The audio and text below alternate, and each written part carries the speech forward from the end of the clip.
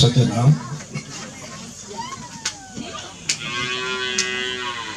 सोलहवा वंशाचार्य नवोदित उदित मुनिराम साहेब को 16वां प्राकट्य दिवस को उपलक्ष्य में भेला हुनुभएका संपूर्ण साहेब को प्रेमी भक्तजन में म मेरो हृदयबाट बन्दगी नमन गर्न चाहन्छु। साहेब बन्दगी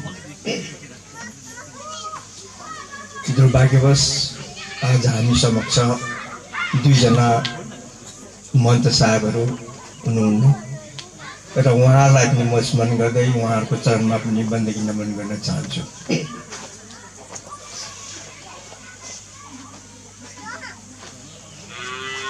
वंशगुरु को जुन महिमा र महत्व हामी वंशघरका कवि पन्थीहरूमा छ,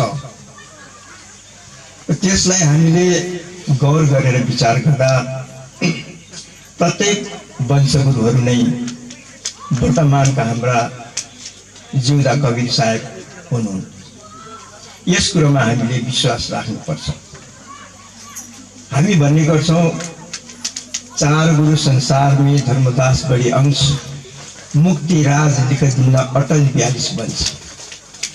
हामी अटल 42 वंश का अनुयायी हो र यो भवसागर में निरञ्जन स्वामीले भवसागर को सृजना गरे पश्चात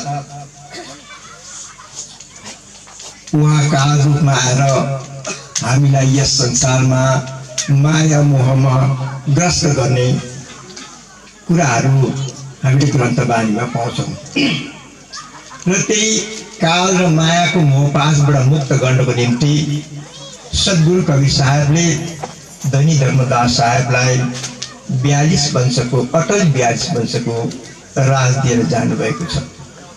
केवल वंश 42 को वंशगुरुहरूबाट मात्र यस भवसागरका मानिसहरूको मुक्ति हुन्छ, यो ग्रन्थ प्रमाणमा पाइन्छ। यसै गरेर अहिले हामी वर्तमान 15वां वंशाचार्य पल्सी हजुर प्रकाश मुनिराम साहेबको माथामा छौँ। अब अहिले उहाँ आजको दिनदेखि 16 वर्षको लाग्नु भएछ। उहाँ 16वां उहाँको प्राकट्य दिवस हामीले मनाइरहेका छौँ। और यही समयमा हामी दामेखडामा थियौँ। उहाँको प्राकट्य दिवस बडो धुमधामले मनाइयो। हामी पनि यसमा सम्मिलित बन्ने सौभाग्य प्राप्त गर्यौं र उहाँ स्वयं पुरुषको रूपमा हुनुहुन्छ र यसलाई हामीले हृदयबाट नै ग्रहण गर्न सक्ने कुरो हुन्छ। जब हामीले वंशगुरुलाई हृदयबाट ग्रहण गर्न सक्दैनौँ भने सायद यो भावसागरबाट हामीलाई मुक्त हुन काल निरञ्जनको छलमा हामी परेका हुन्छौँ। र जे होस् 15वां वंशाचार्य पल्सी हजुर प्रकाश मुनिराम साहेबकोमा चरणमा अहिले हामी छौँ र अहिले आउने जुन युवा भाइ बहिनीहरू छन्, विशेष गरेर हाम्रा युवा पिँढीका भाइ बहिनीहरू अब 16वां वंशाचार्य उदित मुनिराम साहेबको समयमा उहाँहरू पढ्नेछन् र आज यहाँका हाम्रा युवा भाइ बहिनीहरू मिलेर आज श्री पञ्चमीको दिन सरस्वती पूजा मनाइने यत्र तत्र गरिन्छ। हाम्रै कविपति भाइहरूले पनि यस दिन सरस्वती पूजा मनाउने ठाउँ ठाउँमा रीति छ र यही कुरोलाई हृदयङ्गम गरेर अहिलेका हाम्रा भाइ बहिनीहरूले यो श्री पञ्चमी अथवा सरस्वती पूजाको दिन नै हाम्रो वंशगुरु उदित मुनिराम साहेबको पनि जन्मदिन परेको हुनाले यसलाई हामीले मनाउँदा कसो होला भन्ने सरसल्लाहमा हामीहरू आएका थियौँ। अति उत्तम भनेर हामीले उहाँलाई सल्लाह दियौँ र त्यसै मुताबिक आज यी मसिना भनौँ, म त मसिनै भन्छु, यी मसिना युवाहरूले उनीहरू आफै मिलेर यत्रो ठुलो आयोजन गर्न सक्यो पञ्चहजु उदित मुनि नाम साहेबको प्राकट्य दिवसको अवसरमा मेरो बधाई छ उहाँहरूलाई। र यस्तै सुमति सदा सर्वदा आउने भावी जेनेरेसनलाई, भावी पिँढीलाई परिरहोस् भन्ने म साहेबसँग कामना गर्न चाहन्छु। वंश 42 हम सही वंशे रूप हमार, या में दो परिमाने पड़े 84 के धार। सद्गुरु कवि साहेबले सुरुमा नै हाम्रा वंशघरका प्रणेता धनी धर्मदास साहेबलाई राजतिलक दिएर 42 वर्षको आशीर्वाद दिनुहुँदा भन्नुभएको थियो, वंश 42 हमसे वंशे रूप हमार, या में दो परिमाने पड़े 84 के धार। वंश 42 मैं हूँ, वंश 42 हम ही सही, वंशे रूप हमार। जो वंश गुरु आउँछ ऊ नै मेरो रूप हो। या में दो परिमाने, यसलाई कसैले पनि दुविधा गर्छ भने पढे 84 के धार, ऊ 84 को धारमा पर्छ। यसले गर्दा हामी वंशघरको अनुयायीहरूले वंश गुरुहरूमाथि आफ्नो श्रद्धा भक्ति समर्पित गर्नुपर्ने हुन्छ। यो कुरालाई जबसम्म हामी गहिरोसँगले मनन चिन्तन गर्दैनौँ र वंशगुरुलाई मात्र एउटा मानव शरीरको रूपमा हेर्छौँ भने त्यो हाम्रो ठुलो भुल धारणा हुन्छ। हाम्रो भावना, अघि पनि एकजना भाइले कुरा गरे, भावना सबभन्दा ठुलो हो।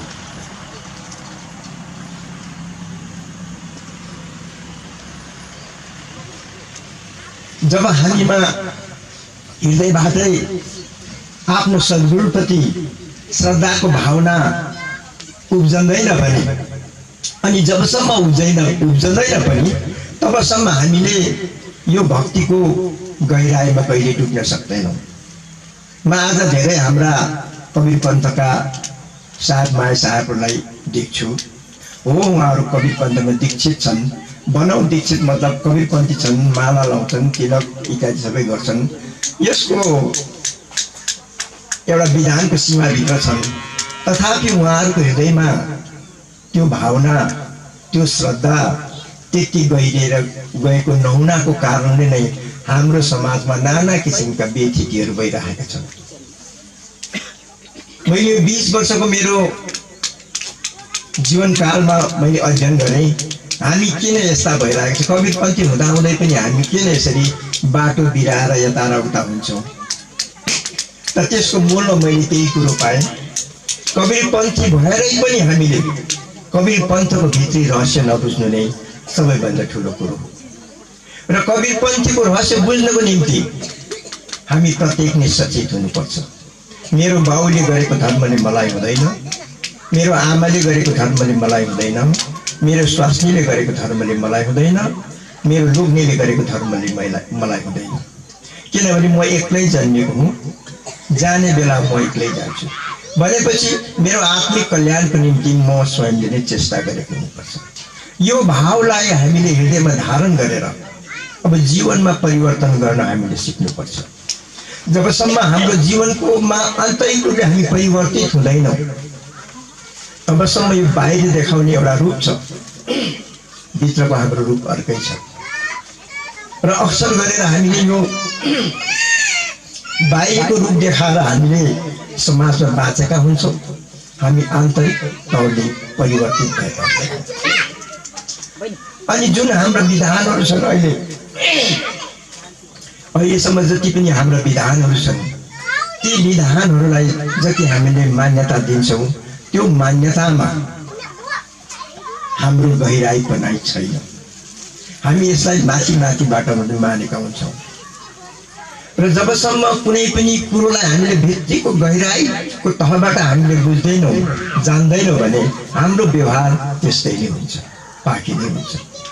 र यो व्यवहारमा परिवर्तन ल्याउनको निम्ति हामीले केही न केही त्याग गरेको हुनैपर्छ र सद्गुरुको वचनहरूलाई श्रवण गरेर मनन गरेर त्यो अनुरूप आफूलाई ढाल्न सक्नुपर्छ।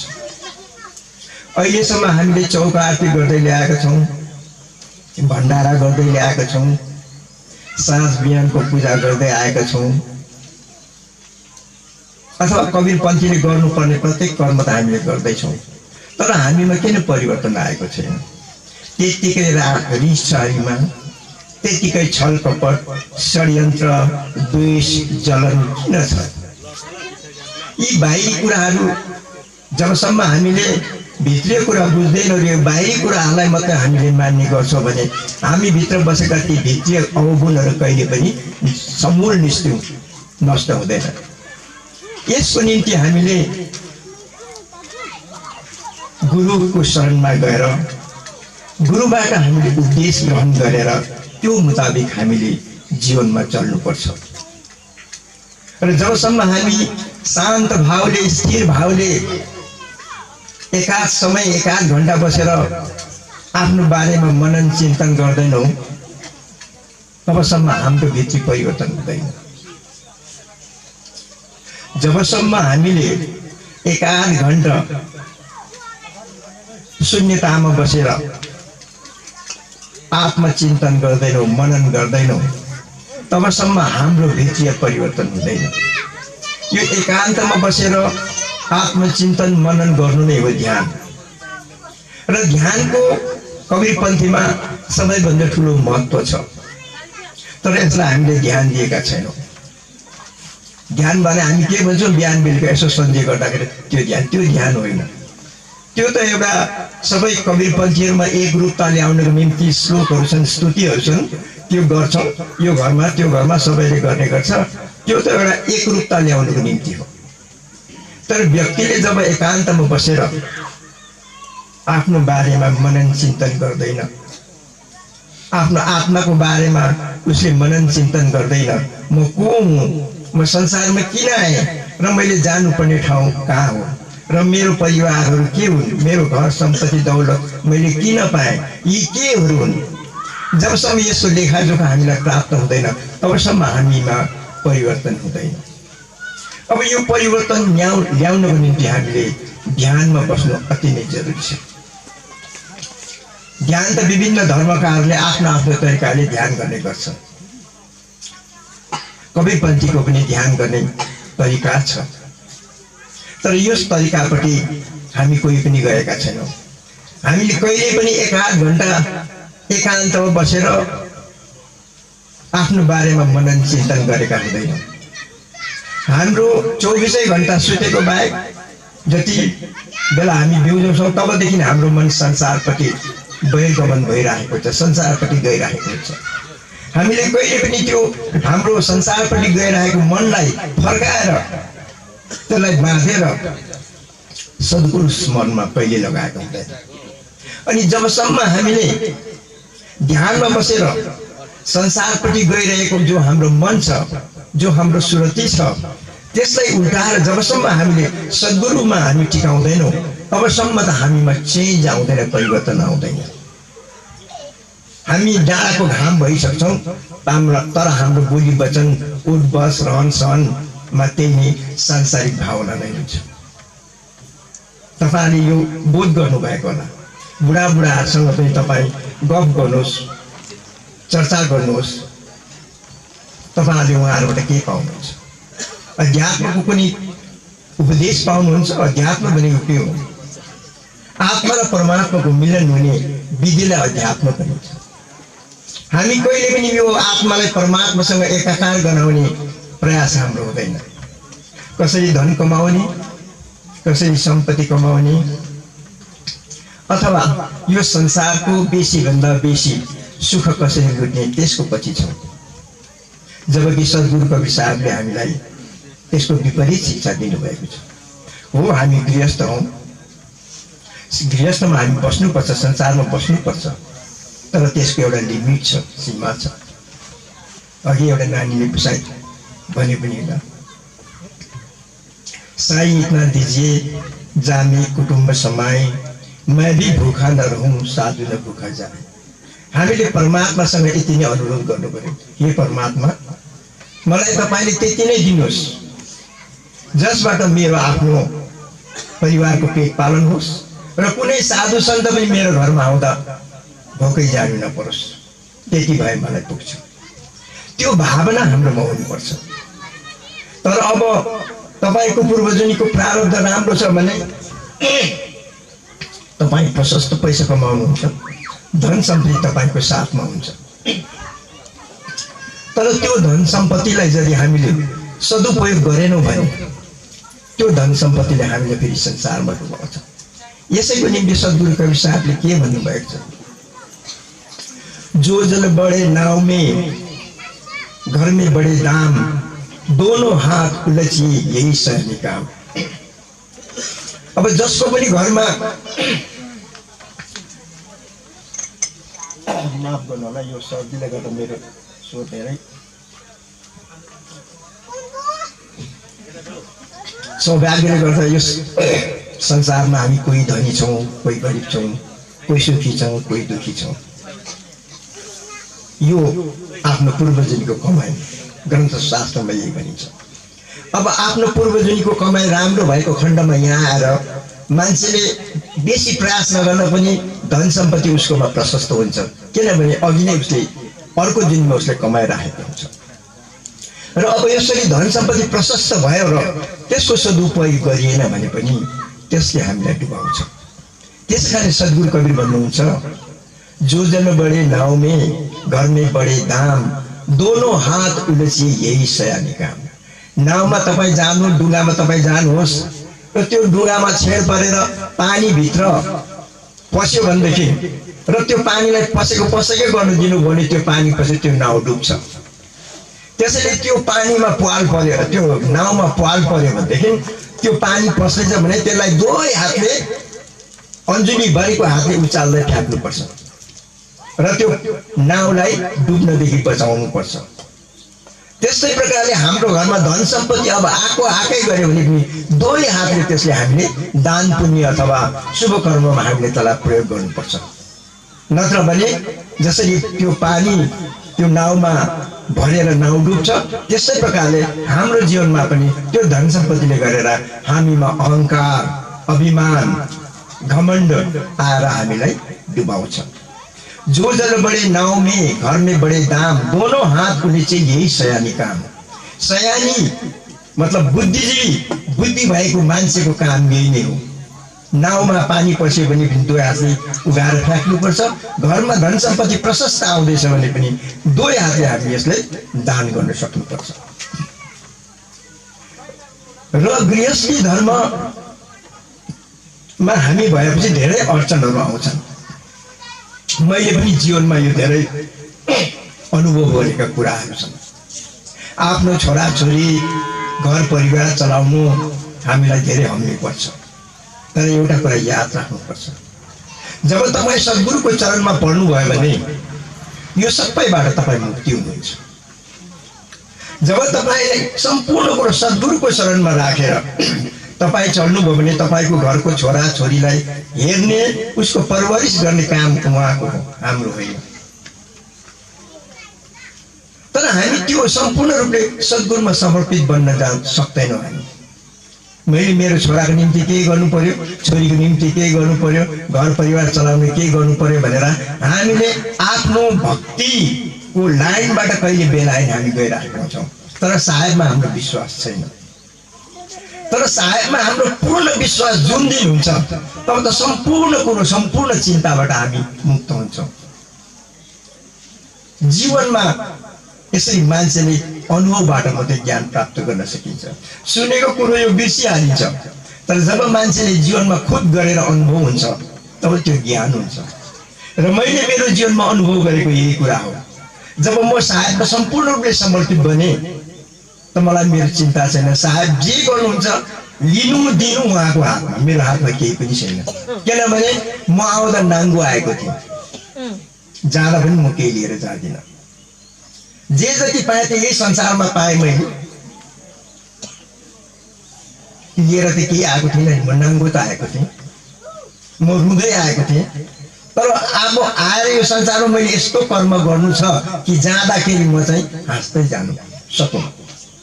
यो संसारमा मैले केही लिएर आएँ, जे जति पाएँ मैले संसारमै पाएको यहीँ छोडेर जानुपर्छ। यो भाव, यो विरक्ति जब हामीमा उत्पन्न हुन्छ तब नै हामीले संसारको माया मोहबाट आफूलाई अलग गर्न सक्छौँ। नत्र भने यो हाम्रो सुरती छ, यो हाम्रो जो इच्छा छ, मन छ, यो संसारपट्टि कुदिरहेको छ। र नै साहेबले भन्नुहुन्छ, सुरती फसी संसार में ताते परि गयो दूर, सुरती बात स्थिर करो आँखों पहर हजुर। साहेबले भन्नुहुन्छ तिम्रो सुरती संसारमा फसेको छ, त्यसै कारणले साहेबदेखि तिमी अलग छौ। तर जुन दिन तिमीले सुरतीलाई बाँधेर चाहिँ स्थिर हुन्छौ, साहेब त 24 घण्टा तिम्रो साथमा हुनुहुन्छ। साहेब कहीँ पनि टाढो हुनुहुन्न नि, साहेब त यही नै हुनुहुन्छ। आज हामीले वंशगुरु हजुर उदित मुनि नारायण साहेबको प्राकट्य दिवस मनाउँदैछौँ। त्यो साहेब दामाखाडामा हुनुहुन्छ, हामी सोचौँ त उहाँ यही नै हुनुहुन्छ। हाम्रो प्रत्येक क्रियाकलाप उहाँले चियो गरिराख्नु भएको छ। यो भावना हाम्रो हुनुपर्छ, सबभन्दा ठुलो भावना हो। अनि भावना त्यसै आउँदैन। भावना आउनको निम्ति त्यो व्यक्तिले धेरै प्रयास गरेको हुनुपर्छ, साहेबमा धेरै लगन लगाएको हुनुपर्छ, धेरै मन लगाएको हुनुपर्छ, तब कहीँ उसमा त्यो भावना आउँछ। र एकपल्ट त्यो भावना आइसकेपछि उसको जीवनमा सदा आनन्दै आनन्द आउँछ। र भावना पनि एउटा यस्तो वस्तु हो, जबसम्म हाम्रो भावमा दृढता आउँदैन तबसम्म हामीले परमात्मालाई प्राप्त गर्न सक्दैन। हामीले साधु पूजन गर्छौं, आसन बनाएर सुमिरन गरेर आसन बनाउँछौं, आसनमा साहेबलाई राखेर। जुन भाव तपाईले कुन भावनाले त्यो साहेबहरूलाई त्यहाँ पुज्नुहुन्छ, यदि त्यो समयमा तपाईहरुले स्वयंलाई एउटा अति क्षुद्र व्यक्ति ठानेर त्यो सिंहासनमा बस्ने व्यक्तिलाई तपाईले स्वयं सत्पुरुषको रूपमा तपाईले यदि हृदयमा धारण गरेर तपाईले पूजन गर्नुभयो भने तपाईले स्वयंले सत्पुरुषलाई पूजन गरेको हुन्छ। तर अक्सर गरेर हाम्रो त्यस्तो भावना आउँदैन, हामीले एउटा व्यक्तिलाई पुजिरहेका हुन्छौँ। त्यसै कारणले गर्दाखेरि हाम्रो मनोकामनाहरू सिद्ध पनि हुँदैनन्। यसको पछि यो छ। र भावना सबैभन्दा ठुलो कुरो हो। र यो भावना भन्ने वस्तु कस्तो हुन्छ, यस बारेमा तपाईलाई एउटा सानो प्रसङ्ग म दिन चाहन्छु। मेरा गुरुजीले यो घरिघरि भरि बस्नुहुन्थ्यो र त्यसलाई मैले जीवनमा अनुभव गर्ने मौका पाएँ। एकजना सन्त थिए, सन्त नामदेव। त तिनी सानैदेखि तिनको घरको माहौल भक्तिमय वातावरण। सानो अवस्थामा तिनले जहिले देखे बाजेले पूजा कोठामा निकै लामो समयसम्म कृष्ण भगवानको मूर्ति राखेर पूजा गर्नुहुन्थ्यो। बहुत श्रद्धाको साथ पूजा गर्नुहुन्थ्यो। बाल हुँदै सानो नानी उसले पनि हेर्ने गर्थ्यो, अब बाजेले कस्तो गहिरो प्रकारले उहाँको पूजा गर्नुहुन्छ। उनको पनि इच्छा हुन्थ्यो अरे मैले पनि बाजेले जस्तो यसरी पूजा गर्नु पाए त भगवान कति खुसी हुन्थ्यो होला। उसको मनमा त्यही चाह हुन्थ्यो र बाजेलाई भन्थ्यो अरे बाजे म पनि तपाईले गरेको पूजा गर्छु नि, मलाई पनि मौका दिनुहोस् न। बाजेले अब केटाकेटी सम्झेर भन्थ्यो अरे पछि गर्न, म कहीँ गएको बेला गर्नु नि नानी, अहिले त तिमीले जान्दैनौ पूजा गर्नु, मै गर्छु। अनि त्यो बाल हृदयमा लागेछ, अब बाजे कहिले बाहिर जानुहुन्छ र म बाजेको ठाउँमा म पुज्छु, यो कृष्ण भगवानको मूर्तिलाई म पुज्छु। साँच्चै एक दिन उनको बाजेले कामबस कहीँ बाहिर जानु परेछ। त्यो बाल अति नै खुसी भयो, यति साह्रो खुसी हो उसले पूजा गर्नु पाउँदैछ। अब बाजे जानु हुँदैछ, बाजेको ठाउँमा म अब कृष्ण भगवानको पूजा गर्छु। बाजे जानु भएपछि कति बेला बिहान हुन्छ, बोजूलाई भने बोजू मलाई छिटो उठाउनुहोस् न, उज्यालो भएन, कति बेला मैले पूजा गर्नु, कति बेला नुहाइधुवाइ गर्नु। अनि जब बिहान भएपछि जसरी बाजेले नुहाउँथ्यो त्यसरी नुहाइधुवाइ गरेर पूजा गर्ने चट्ट कृष्ण भगवानको तस्बिरको अगाडि, मूर्तिको अगाडि त्यो सन्त नामले सानो बालक बसिन्छ। र पूजा जसरी बाजेले गर्थ्यो त्यसरी गरेपछि अनि अन्तमा अलिकति दुध राखेर यो दुध पिउनुहोस् भगवान। अनि बाजेले सधैँ दुध र लड्डु चढाउँथे, यो लड्डु पनि खाइदियोस् भगवान भनेर अगाडि राखेर आँखा चिम्म गर्यो। निकै बेर आँखा खोल्दा त दुध जस्ता जस्तै छ, लड्डु पनि जस्ता जस्तै छ। अनि भन्छ हे भगवान् म मेरो बाजे जस्तो पूजा गर्नु त जान्दिनँ, मन्त्र गर्नु पनि जान्दिनँ, म अबोध बालक हुँ, खाइदिनुहोस् न दुध, मसँग किन रिसाउनु भएको, यो लड्डु पनि खानुहोस्, दुध पनि खानुहोस्। निकै बेर आँखा चिम्बेर फेरि उहाँले जस्ता जस्तै अब त्यो बालक रुन थालेछ। तपाईँले मलाई बालक भनेर हेला गर्नुभएको, म तपाईँलाई पुज्न जान्दिनँ भनेर तपाईँले मेरो लड्डु नखानु भएको, मेरो दुध नखानु भएको। अब तपाईँले यो मेरो दुध र लड्डु खानु भएन भने म तपाईँको अघि सिरेर मर्छु, चुल्हामा गएर एउटा कटारी लिएर तपाईँले यो दुध र लड्डु खानु भएन भने म यहीँ मर्छु भनेर सच्चा दिलले उसले भगवान्लाई भनेर जब सेरुन आउँदा त्यो मूर्तिबाट स्वयं कृष्ण भगवान् सानो बाल रूपमा भएर त्यो दुध सट्ट पिउनु पर्यो, लड्डु पनि खाँदा त्यति बेला ए सबै नखानुहोस्, म त खानु पर्यो नि, कहाँ तपाईँ खानुहुन्छ भने आधी लड्डु चाहिँ उसले लिएर जब त्यो लड्डु खाएपछि त अब भगवान्ले प्रसाद कस्तो चाहिँ हुन्छ, त्यही कारण यो प्रसादी भन्छ नि। भगवान्को जब प्रसाद ग्रहण गरेपछि उसमा त एकदम आत्मिक ज्ञान आयो। अनि त ऊ त्यो बालकसँग खेल्नु थाल्यो। कृष्ण भगवान् सानो बालकको रूपमा उनीसँग बाल लीला गर्दै खेल्यो। अनि केही बेर खेलेपछि कृष्ण भगवान् फेरि अन्तर्धान हुनुभयो। अब डेली उसको त्यस्तै किसिमको चल्नु थाल्यो। दिनहुँ कृष्ण भगवान् त्यहाँबाट मूर्तिबाट निस्किनु भएर उनको दुध र लड्डु खाइदिन्थ्यो। बाजे आउनु भएपछि पत्तर गएर बाजेलाई पोल लगाउनु, बाजे तपाईँको भगवान् त साह्रै नटखट रहेछ, साह्रै बदमास, पहिला मैले दुध र लड्डु दिँदा खाँदैको खानु भएन है, मेरो पालो पनि मर्छु भनेको त उहाँले मिसेर खानुभयो। बाजे छक्क अरे हो के त तिमी होइन, साँच्ची हो, म मर्छु भनेर कटाली लिएर आउँदाखेरि उहाँले निस्केर खानुभयो। अहिले त हामी एकदम दिनहुँ उहाँले लड्डु खानुहुन्छ, दुध पिउनुहुन्छ, म पनि उहाँसँग खेल्छु।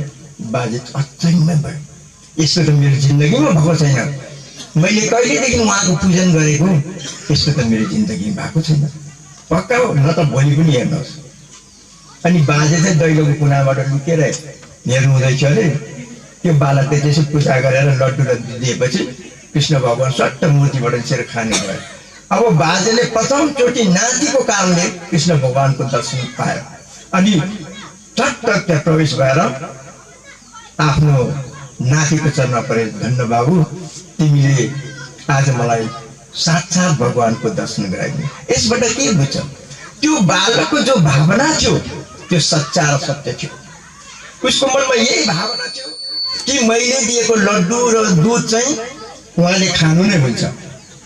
तर हामी बाजेले के सम्झिन्थ्यो, यो लड्डु र दुध त मैले चढाउनु मात्रै हो नि, भरे त खाने त मैले नै हो, त्यो भावनाले त चढाउँथ्यो।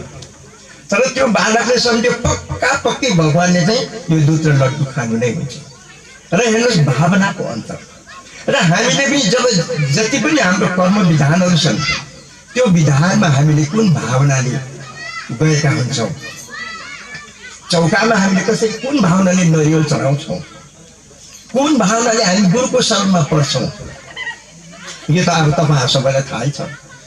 आज त अलिक ढिलोमा गुरु साहब म उता गएको थिएँ कि अलिक ढिलो माफ गर्नुहोस् है भन्दै गइराख्ने हुन त हुन्छ, बोल्दै गुरु साहबलाई बन्दै गर्नेहरू त हुन्छ।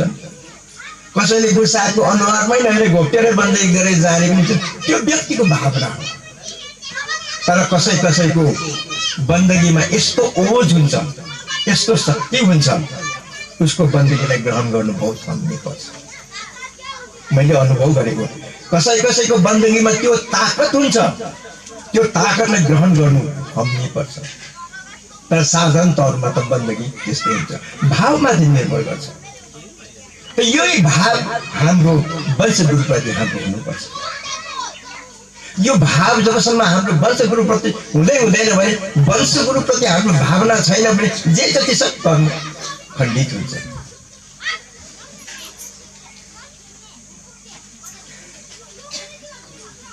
वंश गुरुको जुन सुमिरन छ त्यो सुमिरनलाई हामीले एक अक्षर केलाएर हेर्नुपर्छ कि उहाँ चाहिँ को हुनुहुन्छ।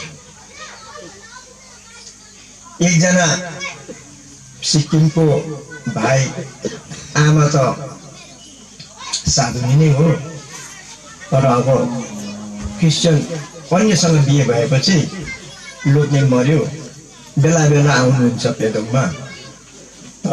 उनको छोरो पनि बेला बेला म देख्छु। मैले धेरैचोटि भने दामाखेडा जानुभएछ आमा छोरा अरू थुप्रै पेदोङको थुप्रै साथीभाइहरूसँग। अब सबै सहायकको लागि पाइ लागि त जानु पर्यो। अब आफू पनि आमाको सँगमा गएर साधुको सँगमा लाइनमा त लाग्नु पर्यो। सबैले पाउ लागि गर्दै गयो। त्यो भाइले यसो सम्झेछ, उनीहरूको महागुरु भन्छ साधारण यस्तै मान्छे त रहेछ हामी जस्तै। त्यो भावना लिएर उसको पालो आयो। जब उसले साहेबलाई ढोक्ने बेला चाहिँ यसो हेरेको त साहेब त यो भुइँदेखि आकाशसम्म त्यस्तो थुरिएकोले देख्यो अरे। यो पृथ्वीबाट आकाशसम्म साहेबको रूप। त्यति बेला उसले यस्तो उसलाई अनुभव भयो अरे कि मैले बहुत ठुलो भुल भएछु। र त्यो नानीले अहिले पनि भन्छ अरे तिमीहरूको गुरु चाहिँ मैले साँच्ची नै माने, मैले जीवनमा यस्तो अनुभूति गरेको छु। यो प्रत्येक मान्छेको भावना माथि निर्भर गर्छ।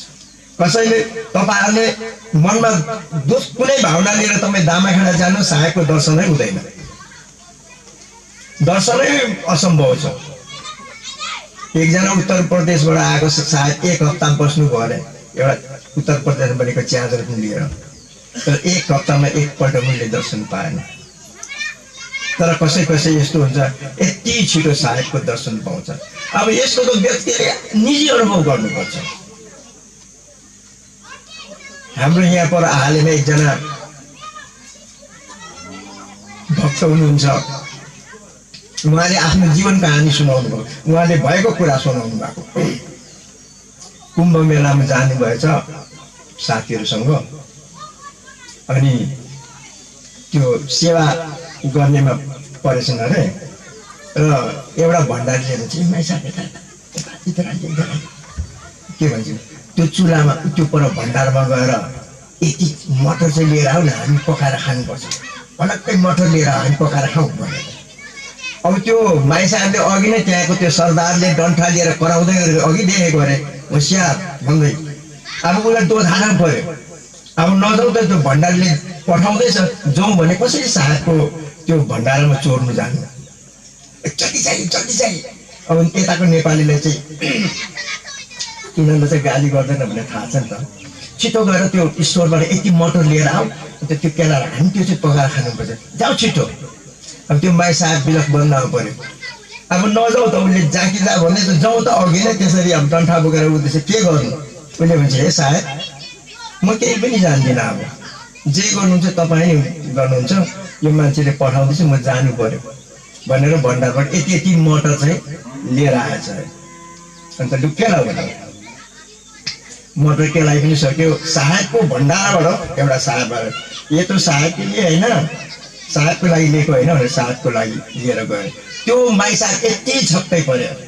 साहेबले कसरी बुझ्नुभयो मैले त्यो लिएर केलाई पनि सकेँ, साहेबको भण्डारबाट आएर लिएर जानु। यस्तो साहेबको कुरो त धेरै छ। दामाखेडामा एकजना बुढी सोनु साहेबको आमा बस्नुहुन्थ्यो। बुढी ऊ लखपतिदेखि अरबपतिको आमा हो। सुनको दोकान, उसको हिरा जवाहरतको दोकान दिल्लीमा छ।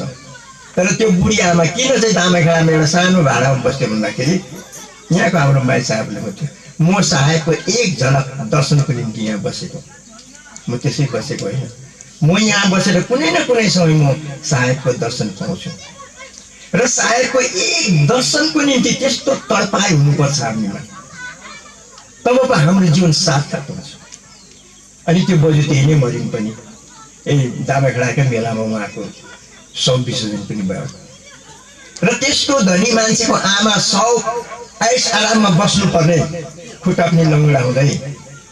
तर त्यहाँनिर दामाखेडामा साहेबको एक झलको एक बेलुकी जुन लागेको बेला साहेब निस्किनु भयो अरे। र उहाँले नजिकमा जाने त कुरो छैन, टाढै उहाँको दर्शन गरे। धन्य साहेब, तपाईँले मलाई दर्शन दिनु। त्यसको पछि उहाँ लङ्गडा हिँड्नु सक्नुहुन्न, उसलाई बाँधवगढ जाने इच्छा भयो अरे। अब लङ्गडा छ, साहेबलाई भन्छ साहेब म पनि बाँधवगढ जान्छु। हुन्छ जानुहोस्। साहेबले नजाऊ भने लङ्गडी छ। आधी बाटोसम्म गाडीमा गएर हिँड्नुपर्छ उकालो। तपाईँ कतिजना जानुभयो त धेरै उकालो हिँड्नुपर्छ। त्यो लट्ठी टेक्दै जानु हुँदैछ अरे। साहब चाहिँ माथिबाट दर्शन गरेर आउनुभयो रहेछ अरे। अरे माइजी तपाईँ जानु हुँदैछ। अब त्यो माई साहबले साहब यो सबै तपाईँको कृपा हो, तपाईँको कृपाले गर्दा म जानु सकेँ भनेर उहाँको खुट्टामा छाँदा नै रोए।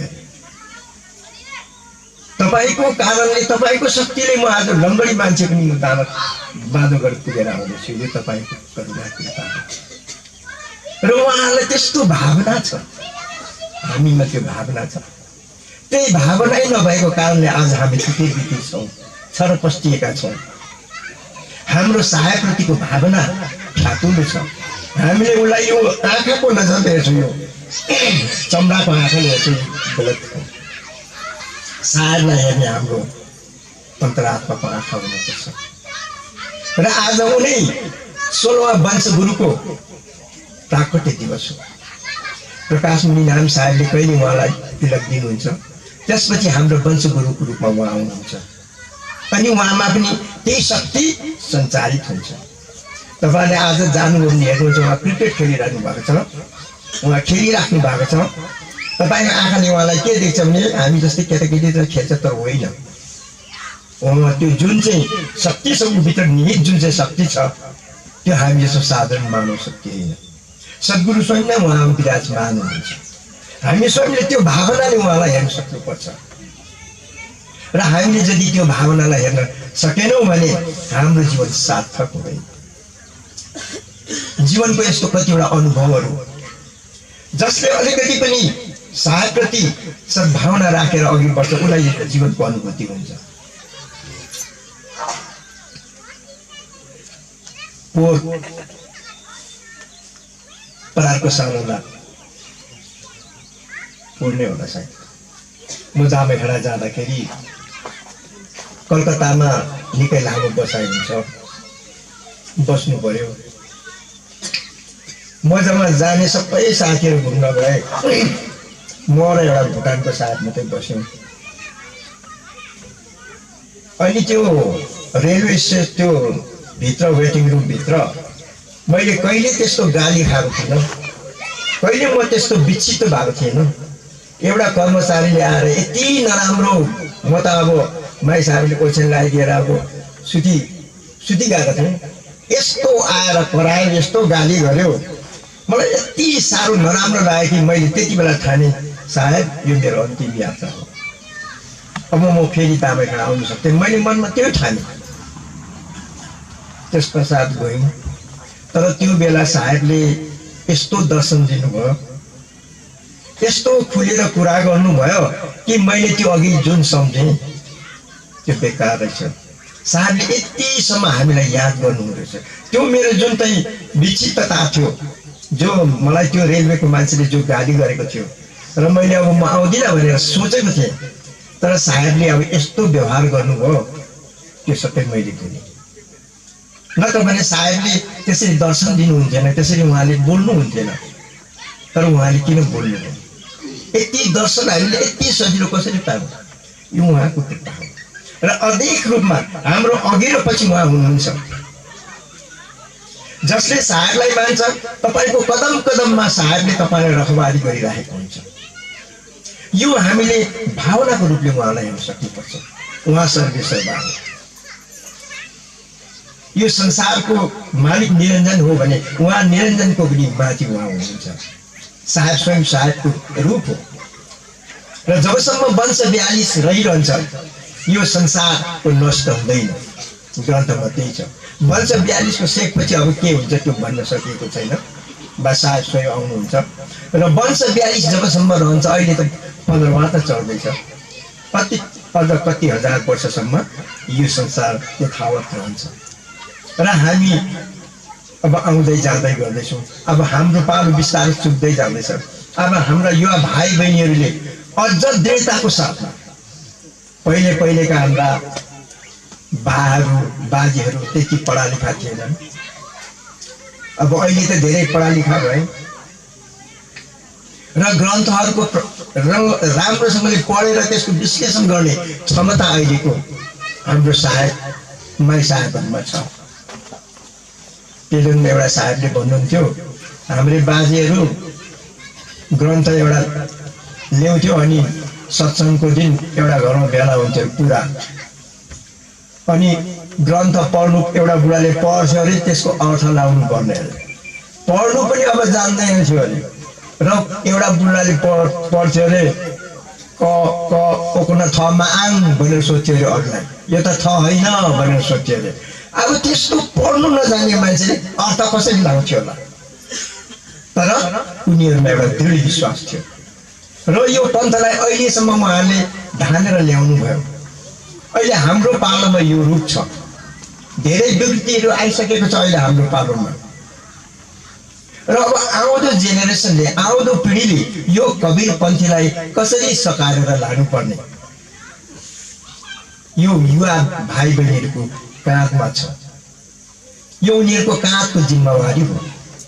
र मलाई खुसी लागेको छ हाम्रा भाइ बहिनीहरू अहिले भक्तिमा धेरै मात्रामा अघि बढ्ने प्रचेष्टामा लागेका छन् र यो प्रचेष्टा उहाँहरूले जारी राख्नुपर्छ। अनि यो प्रचेष्टालाई जारी राख्ने निम्ति एउटै कुरो छ, ध्यान। जबसम्म तपाईँहरूले ध्यान बस्नुहुन्न, सद्गुरुलाई ध्यानको मार्फतबाट सद्गुरुको नजिक जानु सक्नुहुन्न, तबसम्म तपाईँलाई फेरि पनि काल निधनले उछिट्याउन सक्छ। धर्मको रक्षा तपाईँले गर्नुभयो भने त्यो धर्मले तपाईँको रक्षा गर्छ। एउटा कुरा याद राख्नुहोस्, जसले धर्मको रक्षा गर्छ उसलाई त्यो धर्मले रक्षा गर्छै गर्छ, तर जसले धर्मको रक्षा गर्दैन, धर्मको बेपरवाह गर्छ भने धर्मले पनि उसको बेपरवाह गर्छ। यो यति कुरा तपाईँले याद राख्नुहोस्। र तपाईँहरू प्रत्येक नै एकान्तमा बसेर साहेबको चिन्तन गर्ने अभ्यास गर्नुहोस्। त्यो एकान्त समय निकाल्नुहोस्। त्यो एकान्त समय हामीले कति बेला पाउँछौँ? दिनभरि त हाम्रो फुर्सद हुँदैन, 9 बजीसम्म पनि हाम्रो बेलुका पनि अब के प्रोग्राम हुन्छ। सुतिसकेपछि जब हामी सुत्छौँ, रातिको समय तपाईँले निकाल्नुहोस्। तपाईँ 8 घन्टा सुत्नुहुन्छ, 9 घन्टा सुत्नुहुन्छ या 10 घन्टा सुत्नुहुन्छ, तीमध्ये केही समय तपाईँले उभारेर परमात्माको स्मरणमा, परमात्माको भजनमा तपाईँले लगाउनुपर्छ। र तपाईँको भजन जब पूर्ण हुन्छ, जब तपाईँले साहेबले जस्तो प्रकारले स्मरण गर्नुहुन्छ, तब तपाईँको स्मरणले साहेबलाई छुएपछि साहेबको पनि हामीलाई दर्शन हुन्छ। साहेबको दर्शन साक्षात बहुत गाह्रो छ। साहेबले कहिले पनि यो तपाईँले यसो गरेको त्यो रूपमा तपाईँलाई दर्शन दिनुहुन्न। साहेबले सन्तको रूपमा तपाईँलाई दर्शन दिन्छ। किनभने धर्मदास सन्त मम नामा सन्तन माही मोर विश्रामा बाहर खोजतो पहियो नय जब खोजतो सन्तन माही। ए धर्मदास, मेरो रूप सन्तै हो। मलाई तिमीले कहिले पनि अब त्यो यता त्यो आशा लिएको यसो गरेको पवित्र साथ तपाईँले कहिले पनि पाउनुहुन्न। कसैले देखे भने त्यो झुट हो। किनभने कवि साहबले हुन्छ सन्त धर्मदास सन्त मम नामा, मेरो नाम नै सन्त मान। धर्मदास सन्त मम नामा सन्त नमाही मोर विश्रामा जब खोज्यो त्यो पहियो नै बाहर खोज्यो तो पहियो नै जब खोज्यो अन्तरमा सन्त नमाही। म सन्तभित्रै छु र सन्तभित्र साहेबलाई हामीले प्राप्त गर्नुपर्छ। कुनै कुनै सन्तमा सधैँ त्यो साहेबमा सबै समयमा साहेब सन्त हुन्छ भन्ने कुरा आउँदैन। कुनै कुनै समय साहेबको बास हुन्छ, सबै हुँदैन। कुनै कुनै समयमा कुनै सन्तमा साहेबको बास भएको हुन्छ। त्यसै कारणले गर्दा हामीले सधैँ साहेबहरूको चरणमा पढ्नुपर्छ, सधैँ चौका आरती गरिरहनुपर्छ, सधैँ तिनका अर्पण गरिरहनुपर्छ। कुनै कुनै समयमा यस्तो जोजन हुन्छ, जुन जोजन सबै कुराले जोजन भएपछि त्यस बेला हामीलाई उहाँको आभास हुन्छ। यो सबै हुँदैन, जसले प्रयास गर्छ उसलाई मात्रै हुन्छ। र यो प्रयास हामीले हरदम गरिराख्नुपर्छ। मैले तपाईँलाई जहिले पनि कथाको माध्यमबाटै बताउने गर्छु। सबै समयमा हामीलाई सहायकको दर्शन हुँदैन। मैले पनि सहायकको दर्शन धेरैचोटि गरेको छु, तर सधैँ मैले सहायकमा त्यो उहाँको रूपमा त्यो मैले पाउन सकिनँ। तर एकाधमा मैले उहाँलाई पाएको छु, जुन मैले जीवनमा सम्झाएर राखेको छु। अनि मेरो जीवनको मूल धन नै त्यही हो। सहायक कतिपल्ट गोरुथान आउनुभयो, सौरेनी मिर्गे आउनुभयो, दर्शन हामीले कतिले गऱ्यौँ, तर साक्षात् दर्शन सधैँ हुँदैन। त्यो पनि हामीले याद राख्नुपर्छ।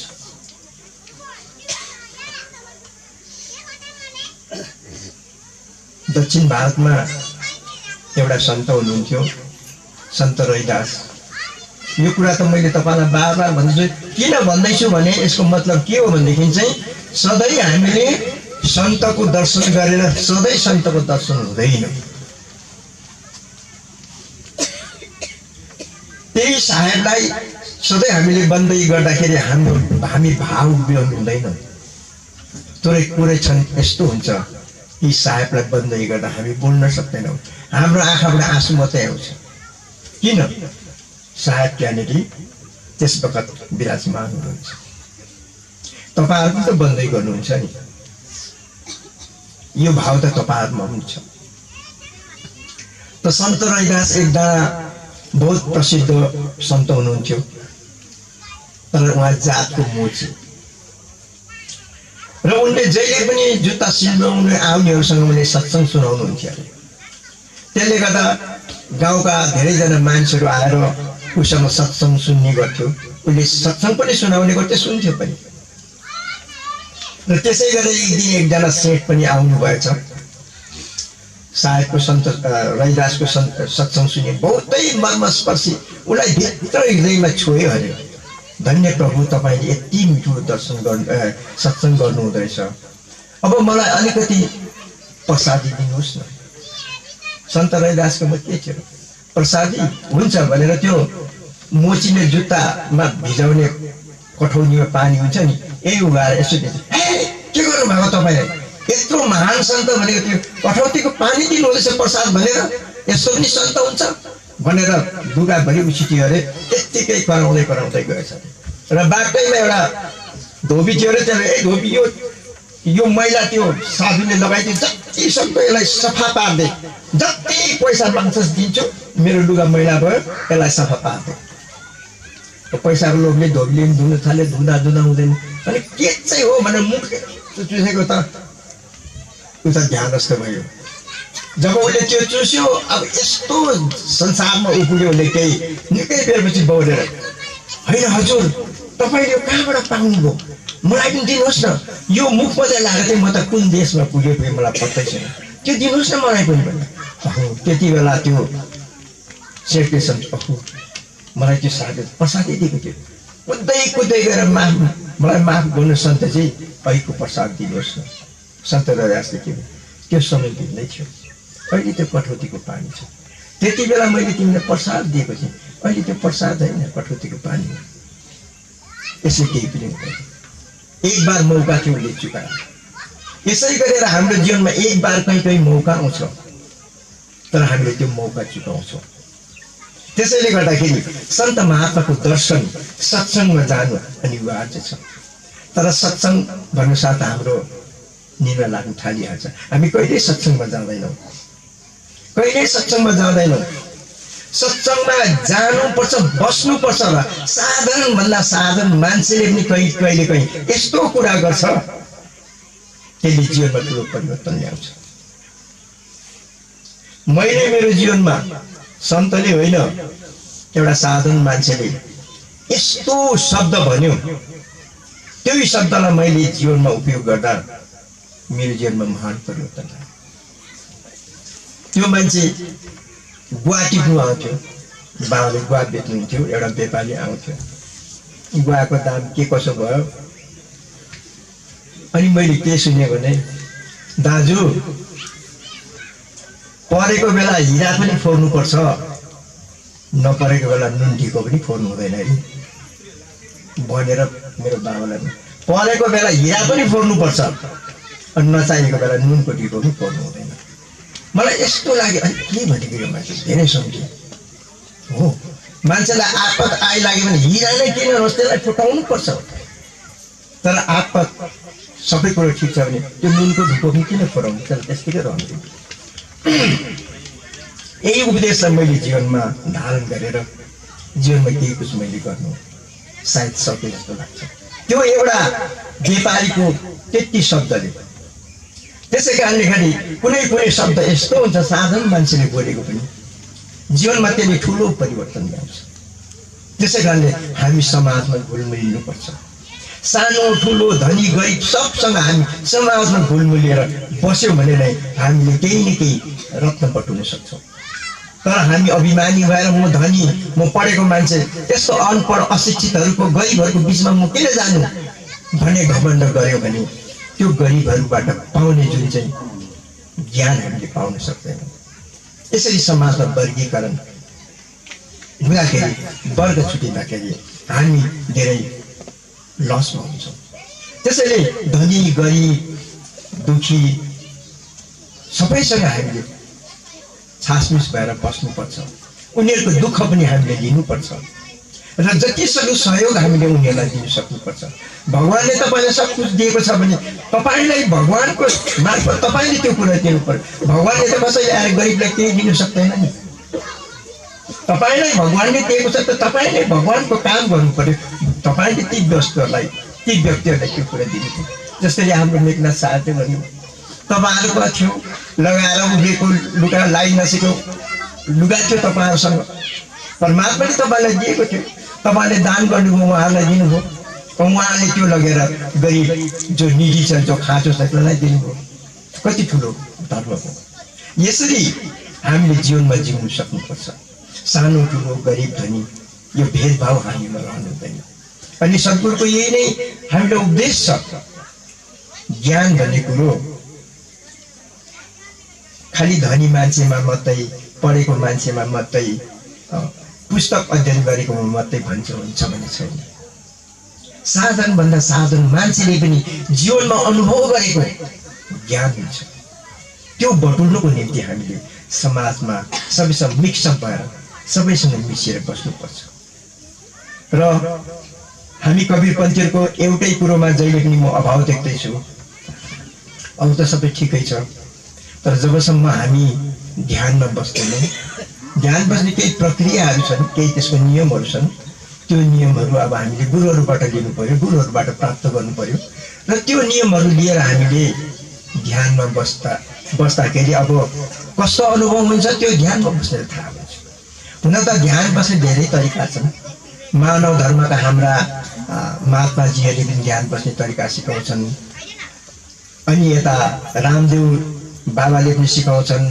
यता अहिले हाम्रो बहुचर्चितमा ब्रह्मकुमारीका हाम्रा ब्रह्मकुमारहरूद्वारा पनि ध्यान बस्ने तरिकाहरू सिकाइन्छन् ध्यान बस्ने विभिन्न तरिकाहरू छन् अनि त्यो ध्यानबाट पुग्ने पनि विभिन्न स्थानहरू छन् तरिकाहरू पनि आफ्नो आफ्नो छ स्थानहरू पनि आफ्नो आफ्नो छ र कबीर साहबको ध्यान कसरी गर्नुपर्ने र कबीर साहबको ध्यान बस्दाखेरि कुन चाहिँ स्थान छ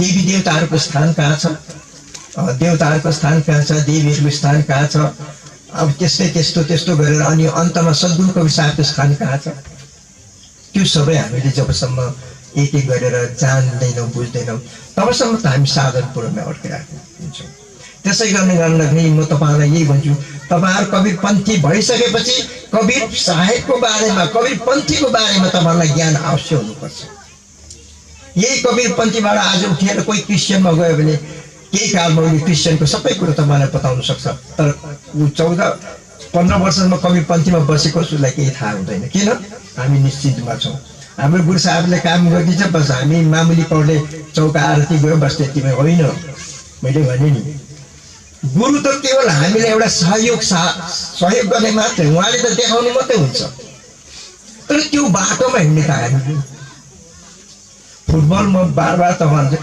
फुटबलको कोचले खालि त्यो ग्राउन्डमा त्यो प्लेयरहरूलाई सिकाउँछ मात्रै यसरी हान्नु उसरी हान्नु तर ग्राउन्डमा गएर खेल्नु त प्रत्येक खेलाडीको आफ्नो सिप हो आफ्नो कला हो त्यो खेलको मैदानमा गएर त्यो खेलाडीले खेल्नु उसको सिप हो उसको कला हो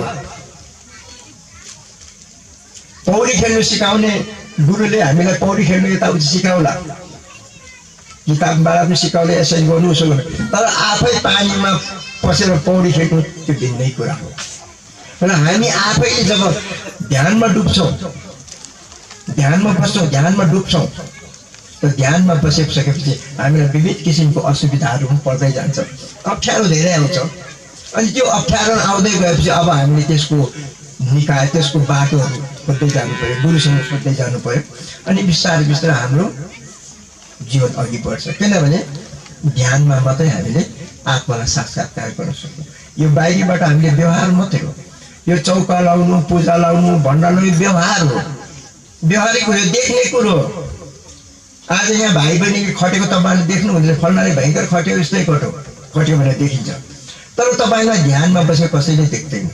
त्यो तपाईँको निजी हो। तपाईँ कतिको ध्यानमा बसेर तपाईँको ध्यान कति गाढासम्म, तपाईँ कति परमात्माको नजिकसम्म पुग्नु भएको छ त्यो कसैले थाहा छैन। तर यहाँ चौकामा तपाईँले कति खट्नुहुन्छ, कति बेसी चन्दा दिनुहुँदैछ, कति अन्नदान गर्नु, यो त सबैले देख्ने व्यवहारिक हो। र हामी अहिलेसम्म यो व्यवहारमा मात्रै फसेका छौँ। मेरो भन्नुको मतलब यो व्यवहारमा मात्रै फसेका छौँ, तर यो व्यवहारबाट जानुपर्ने हाम्रो ठाउँ अर्कै छ। र यो बारेमा हामीलाई त्यो बाटो हामीलाई थाहा छैन। यो बाटो जबसम्म हामी खोज्दैनौँ तबसम्म यो संसारबाट आवागमन प्रयोग हामी हुँदैन। किनभने हामी पहिला पनि जन्मेका थियौँ, अहिले छौँ, फेरि पनि हामी यो संसारमा जन्म लिने गर्छौँ। यो हाम्रो आवागमनको चक्रदेखि हामी रहित हुँदैनौँ। जबसम्म हामीले गुरुबाट सही ज्ञान प्राप्त गर्दैनौँ हामी आवागमन रहित हुन सक्दैनौँ। र हामी यो कपिलपन्थीमा आवागमन रहित हुनको निम्ति आएको। एकपल्ट हामी संसारमा गएपछि फेरि यो संसारमा आउनु नपरोस् भनेर नै हामीले चौका लाउँछौँ, भण्डारमा पनि हामीले यही आशीर्वाद दिन्छौँ। तर अब त्यो व्यक्तिको आफ्नो कर्ममाथि निर्भर गर्छ। र सायद मै साहेब हो, तपाईँहरू हाम्रा युवा भाइ बहिनीले यति दुःख साथ गरेको यो समारोहमा उपस्थित भइदिनु भएर उहाँहरूको हौसला बढाइदिनु भयो। र यी आउँदा भाइ बहिनीहरूले नै अब यस धर्मलाई अघि बढाएर लानुपर्ने हुन्छ। र तपाईँहरूले पनि उनीहरूलाई साथ दिनुहोस्, सहयोग गर्नुहोस्, सल्लाह मसौरा दिनुहोस्, ताकि उनीहरूको जोस अझ अघि बढेर जाओस्। र यो कपिलपन्थीको जुन इतिहास छ गोरुबथानमा 150 वर्षको इतिहास, यो इतिहासलाई धमिलो हुन नदिउँ। तपाईँ हामी सबै मिलेर उनीहरूलाई सहयोग गरेर आउँदा दिनहरूमा अझ एकताको साथ, मजबुतीको साथ यो कपिलपन्थीलाई हामी अघि बढाउँदै आत्मकल्याण गरौँ भन्दै मेरो बानीले विराम दिन चाहन्छु। विराम दिनुभन्दा अघि तपाईँहरूको हृदयमा विराजित कुनै सद्गुरुदेवलाई फेरि एकपल्ट म बन्दगी नमन गर्न चाहन्छु। सायद